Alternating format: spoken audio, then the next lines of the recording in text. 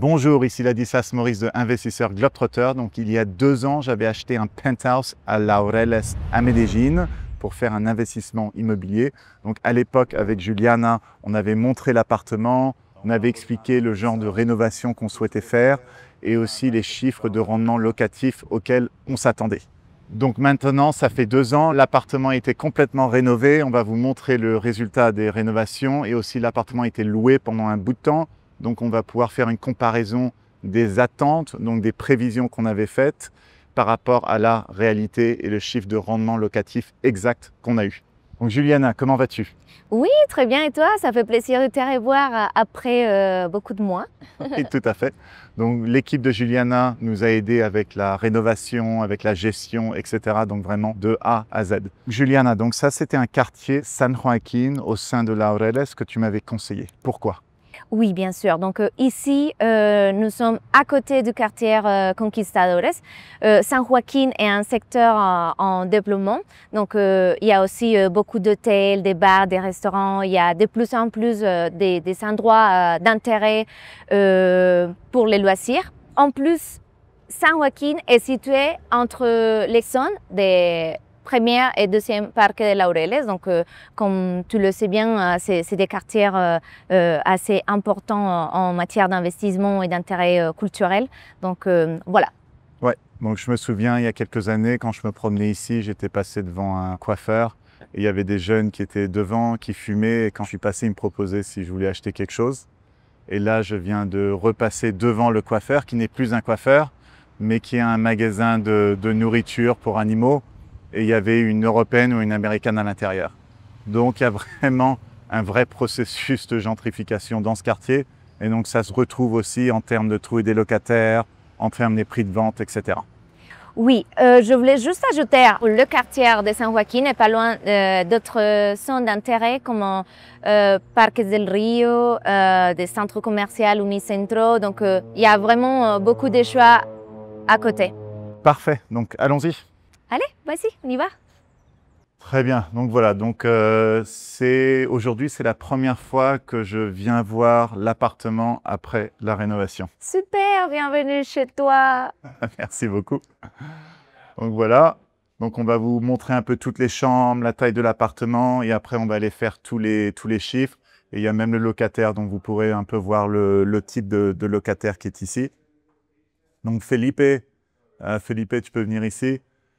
Donc, on a fait toutes les rénovations avec Felipe. Donc, il est architecte, il était en charge de tout. On a fait tout à distance par WhatsApp. L'équipe de Juliana était sur place aussi. On faisait ça en anglais surtout. Mais bon, voilà. Donc, si vous parlez anglais ou si vous parlez espagnol, vous pouvez travailler directement avec Felipe. Donc, n'hésitez pas à contacter Juliana. Donc, à la base, c'était un appartement de 6 chambres et 4 salles de bain.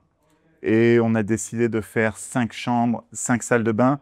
Donc, il y a même 2 salles de bain qu'on a reconstruit, rebougé de zéro. En gros, qu'on a construit complètement. Ok, bon, là, il y a quelqu'un dans la salle de bain. On ne va pas rentrer. Mais voilà, une des chambres. La chambre principale est ici. Donc là, on a ajouté aussi un petit bureau sur le côté. On a fait en sorte aussi, c'était important de bien faire des douches bien élevées. C'est qu'avant, c'était un peu à la colombienne. Donc, tout était un peu pour des gens plus petits. Et puisqu'on savait qu'on voulait des Américains, il fallait que tout soit grand. Oui, je pense ici, c'est très gagnant le sujet de l'auteur. C'est vraiment bien parce que bon, il y a beaucoup d'Américains, beaucoup d'étrangers, beaucoup de gens de partout dans le monde comme toi qui sont assez hauts. Donc, je pense que c'est un requis assez intéressant pour... Oui, c'est qu'il est même plus haut que la plupart des appartements. Oui. Voilà, un autre. Et ici aussi, un balcon. Donc, voilà, on a mis vraiment à l'américaine, des grosses télévisions dans chaque chambre, etc. Donc là, on arrive en haut, et ça, c'était vraiment le key selling point, comme on dit en anglais, de l'appartement. Donc bon, ici, il y a une chambre. En fait, ici, on avait rajouté un mur. C'est qu'à la base, la salle de bain était séparée et on voulait faire une autre chambre avec ensuite bathroom. Donc aussi, ici, il y a un balcon. Donc il y a beaucoup de balcons dans cet appartement. C'est très agréable. et une autre chambre ici. Avec accès à la terrasse. Donc le marché, le target market, c'était donc surtout des Nord-Américains qui veulent travailler en groupe et qui veulent habiter dans un appartement qui est agréable. Et avec une terrasse, coworking space, tout ce qu'il faut. Donc voilà, on a une petite cuisine extérieure, le Barbecue. ouais, pour les Américains qui mangent tout le temps de la viande, et aussi un jacuzzi.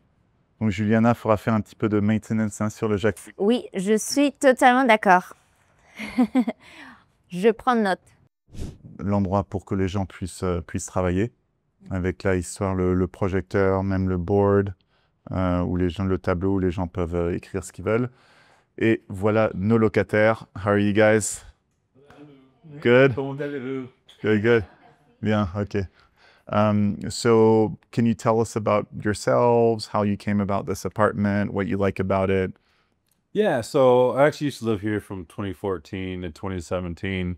And, my business partner, Jonathan, and I were always talking about coming back here. So we lived in Mexico last year. And around this time last year in the summertime, we started, deciding to come back to move here. I had a friend who introduced us to to this page or to this apartment. And as soon as we saw it, man, we just fell in love with it. We didn't look at any other properties on the webpage, and that's how we kind of started our move back to here.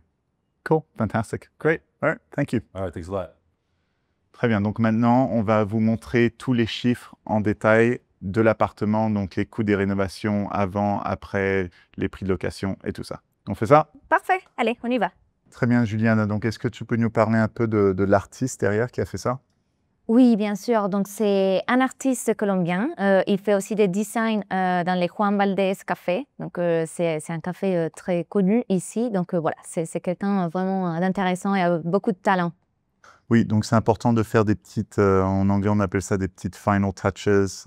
Donc ça, c'était pas trop cher, c'était à peu près $600 pour avoir un artiste relativement respecté pour venir faire ça. Et c'est le genre de choses qui améliorent vraiment l'appartement, qui aident à trouver des locataires, etc. Donc là, justement, quand je parle aux locataires, ils étaient contents. C'est qu'ils utilisent ça même pour leur background zoom plutôt que d'ajouter un faux truc. Donc c'est assez sympa d'entendre ça. Ok, maintenant parlons des rénovations. Ok, donc le prix à la base de cet appartement était de $165 000. Est-ce que, Juliana, si j'arrive vers toi et je te dis « je veux trouver le même deal », est-ce que tu peux me trouver quelque chose comme ça? Non, pas vraiment.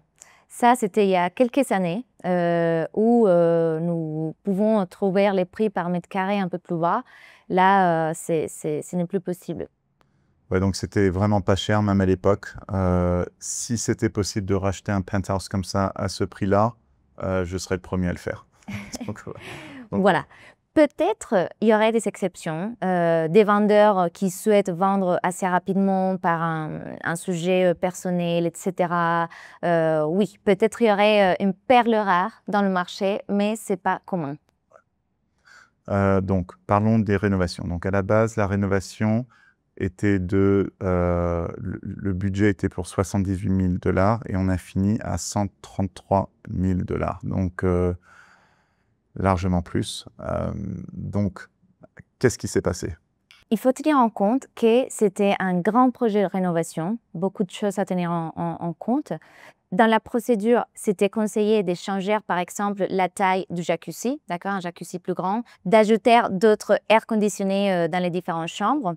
Et dans le procès de rénovation, il y a toujours des petits trucs qui peuvent arriver et qui peuvent changer, bien sûr, en montant les prix. Ouais, donc on a fait une rénovation un peu plus luxueuse que l'on avait prévu à la base. Donc ça, c'est un. Mais deux, un facteur qui était vraiment important, c'est que quand on a acheté le penthouse, le peso colombien était à 4400, 4500 au dollar. Et il s'est apprécié, en fait. Donc, au moment où je faisais les rénovations, c'est monté à 3800, 3900. Donc, directement, ça voulait dire que c'était 10 à 15% plus cher, rien que pour des histoires de taux de change. D'habitude, dans des marchés comme ça, c'est plutôt dans l'autre direction. Mais là, manque de bol, le peso s'est renforcé. Et il y avait aussi pas mal d'inflation en ce moment-là en Colombie, à peu près 10% par an. Et ça, c'était en peso, c'était pas de l'inflation en dollars. Donc aussi ça a rajouté 10%. Et finalement, on a eu un problème. Je n'ai pas envie de rentrer dans les détails comme ça sur caméra, mais qui nous a coûté 25 000 $. Et ce ne sont pas des histoires qu'on peut voir. C'est dommage, mais bon, fallait le faire. Mais est-ce que j'aurais acheté cet appartement pour 190 000 $ à l'époque? Oui, je l'aurais quand même acheté pour 190 000 $. Donc bon, à la fin de la journée, ce n'est pas une catastrophe non plus. Donc en termes de loyer, on avait prévu 3 100 $ par mois et maintenant on est à combien? Actuellement, avec les locataires actuels, on est à 3 330 $ par mois, en sachant que c'est une location en longue durée. Donc, on a fait un petit prix, mais je peux permettre de me dire qu'avec la saison en été, en décembre, genre dans différents mois ou avec différents événements dans la ville, on peut jouer avec le prix et même le monter un peu plus. Ouais, et après, ce qui marche bien, c'est qu'en fait, depuis que l'appartement est loué, il est tout le temps loué. Il n'y a pas eu une seule journée sans locataire. Donc là, les Américains qui sont ici, ils ont un contrat de 1 an. Donc vraiment, on ne rentre même pas dans des histoires de Airbnb de 30 jours à 2 mois, 3 mois. On a carrément des gens pour 1 an. L'argent rentre tous les mois. Donc c'est vraiment facile de ce côté-là. Après, en termes de gestion immobilière, un peu l'eau, l'électricité, la taxe foncière, les frais de copropriété, en gros indexés à l'inflation, donc vraiment aucune grosse surprise. Donc à la fin, on finit avec un rendement net d'à peu près 9%, et on avait prévu 9,2%. Donc bon, pas une grande différence, un petit peu plus bas, mais bon, 9% net, je suis quand même assez content. Mais c'est surtout ce qui s'est passé aussi, le prix de l'appartement a quand même pas mal augmenté. Donc, ce qu'il faut comprendre, c'est quand on investit ici à Medellín, c'est pas comme au Québec ou en France, en Belgique, où on peut vendre un appartement ou une maison en quelques jours, ou voire quelques semaines, ou au pire quelques mois. Ici, quand on cherche à vendre quelque chose, combien de temps est-ce que ça prend si le prix est raisonnable? D'accord. Si le prix est correct, peut-être autour de 6 mois. Sinon, si le prix est plus élevé, ça va être entre 8 et 12 mois, par exemple. Il faut vraiment prendre ça en compte en termes de la liquidité du marché. Donc, Juliana, par exemple, si je te disais que je souhaite vendre en 6 mois l'appartement, à combien est-ce que je pourrais le vendre? D'accord. Donc, moi, je te proposerais de mettre un prix initial de vente en 380 000 $ et voir comment les marchés réagissent. Mais je pense que c'est un bon prix. Surtout que l'appartement se vendrait avec les meubles. Donc, il y a aussi les jacuzzi, toute la lumière, voilà. Ouais, donc ça reviendrait à peu près un petit peu plus de 1 500 $ le mètre carré, ce qui est vraiment pas très cher. Donc à la base, on parle de gains d'à peu près 20% sur les 2 ans en dollars. Mais oui, ce serait 1 550 $ le mètre carré, complètement meublé pour un penthouse. Si je voulais ce genre de produit neuf, ici dans le même quartier, ça coûterait combien à peu près le mètre carré?